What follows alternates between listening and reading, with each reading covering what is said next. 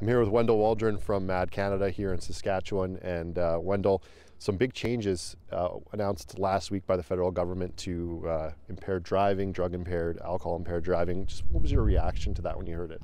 You know, I think it's good news, first off, and I think it was an immediate step that was required. We have an issue in this country with drug impaired driving, and that's not an issue that's going to start next year. It's going on right now.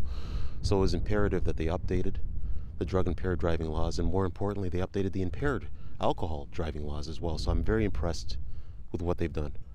For people that aren't familiar with this, now police will be able to stop someone without suspicion and test them for alcohol impairments. What did you think of that when you saw it? Well, the mandatory alcohol screening is a very effective tool. It's being used right now in most European countries, New Zealand, Australia. We know that it's going to have a significant impact in terms of reducing our fatalities and injuries. I'm very pleased with that new measure, and it's particularly effective here in Saskatchewan. Between the hours of 1:30 and 3 a.m. on our roads, according to SGI, 1 out of 8 drivers are impaired. So this now gives the police the opportunity to lawfully stop people and test all 8 drivers for impaired driving. So I'm very pleased with that. There's talk that this may see court challenges over the constitutionality. What are your thoughts on maybe seeing a court challenge in this with such a drastic change to the law? Yeah, I'm sure that the court challenges will come, but I mean, there's no doubting the fact that these are effective changes that were required. Canada leads all developed countries with respect to impaired driving fatalities on our roads, and it's not even close. So these were needed changes that were required. So I'm sure that the constitutionality is going to be questioned, but the merit for the programs are based upon what's happening right now in Europe, New Zealand, and Australia as well.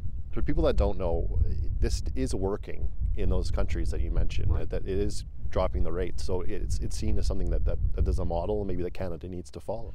Yeah, I mean, we're seeing drops in those countries. We estimate that in Canada, there'll be a drop in fatalities of 200 people.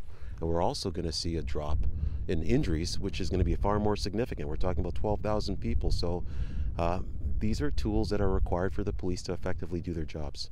And MADD's been advocating for this for quite some time now, this specific thing around alcohol impairment. They've been advocating for this for over 20 years. These are tools that have been used, best practices that have been used in other countries for a very long time. So it's time for us to update and move on.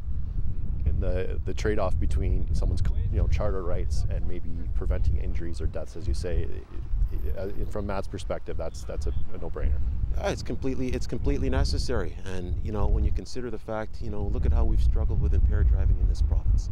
We've brought in various laws. We have some of the toughest impaired driving laws in all of Canada, yet we still have a very significant issue here. So it's important that we continue to update the laws to give the police the tools that they require to detect, investigate, and most importantly, prosecute drug and alcohol impaired driving. Wendell, thanks for your time. No problem. Thank you.